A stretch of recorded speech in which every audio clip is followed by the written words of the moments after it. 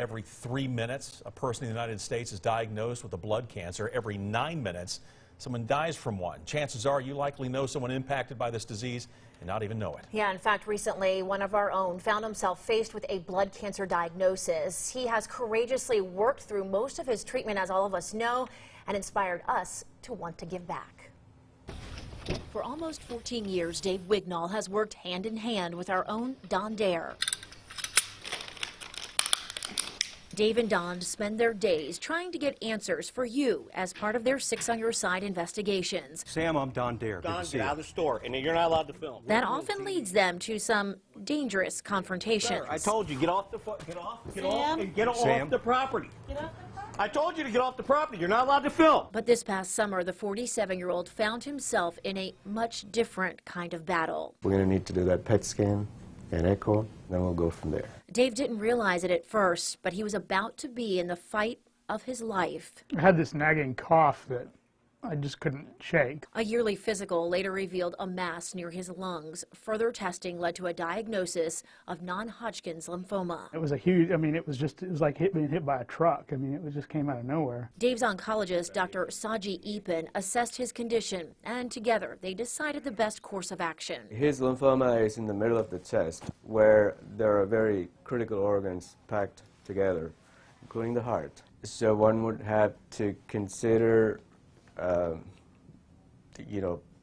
long-term toxicities from the treatment. Instead of radiation or surgery, they opted to try to attack this lymphoma with chemotherapy. They jumped on it right away. I mean, they put the port in my chest, and then the next week I was on chemo. I mean, it all happened really fast. Dave almost immediately moved in with his parents in Oak Ridge and started treatment, not knowing how his body would react. I took 6 weeks off work when I first got diagnosed, and we did 2 rounds of chemo before I came back to work, just to see how my body was going to tolerate it. Body tolerated it pretty well, so then they gave me the green light to come back to work.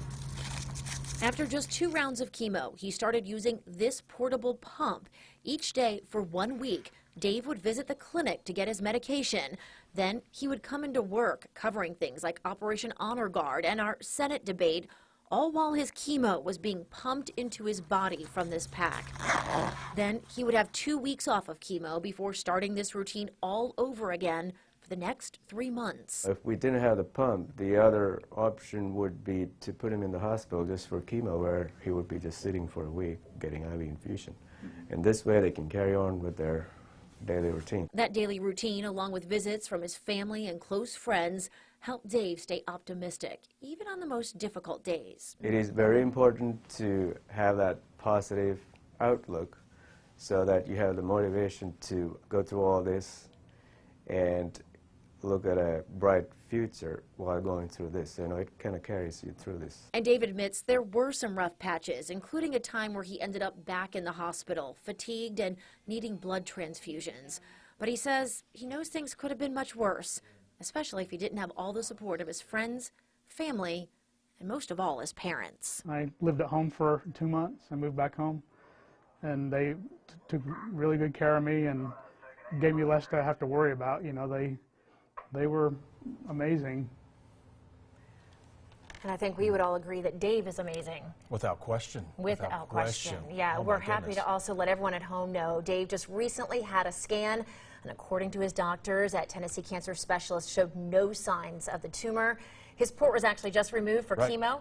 They're saying that's because they don't think he will ever need it again. That's great. Great news. I also want to let everyone know Dave, along with Don, will be joining me next week on Living East Tennessee to share more of his story. That's coming up on Monday. Yeah, he's been a part of the WAT family for a long time. Long time. Long time. He and I stood out in the middle of interstates and have done some. He is one of the toughest guys, nicest guys, hardest working individuals you'll ever meet. Love the man. Yeah. And I remember the day we all found out what was going on, but I also remember how we felt when he walked back into this building. Yeah. How excited we were to see him again. So excited to see him, and he didn't miss a beat. Nope. He just didn't miss a beat One through of the all best, of this. without question. Yeah, amazing. Yeah.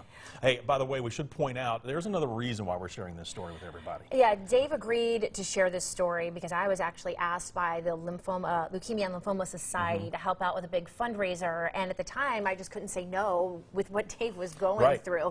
The fundraiser is called Man and Woman of the Year. It's a 10-week fundraising drive. It actually kicks off today. Now, if you have a story that you want to share about maybe one of your friends or family members, reach out to me.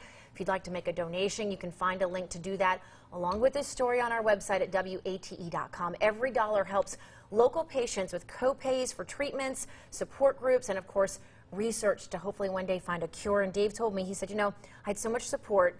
I didn't lean on LLS. He goes, but so many people have to, and he was willing to do this to try to help all the others going through something just like he went through. Getting the word out. Yep. Helping a lot of people. That's what he does. All right. Glad he's doing better, though. Yes. Great news. All right.